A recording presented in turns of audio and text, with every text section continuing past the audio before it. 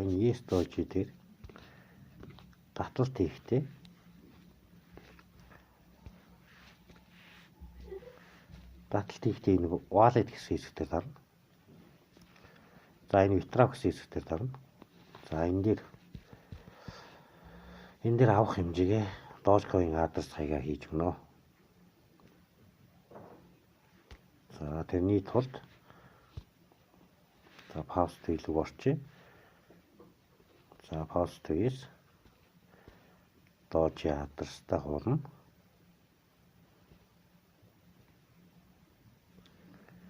За ингээд Dogecoin адрес оруулчихлаа.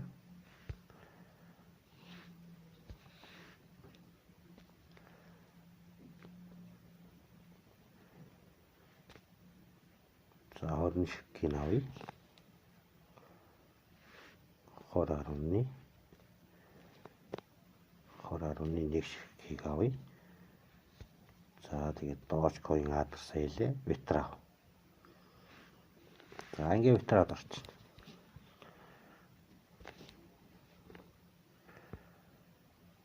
За мэдээж deposit хийсэн хэсэг маань withdraw хийсэн хэсэг маань байна. За энэ complete гэдэг ингээд орчлоо. За тэгвэл одоо эндээ шалгая.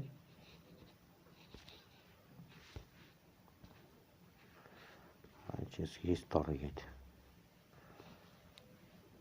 За deposit энэ арга 20 ширхэг. За ингээд ороод ирдэг байгаа ш. Энэ бол татвал айгүй хурдан сайт байлээ.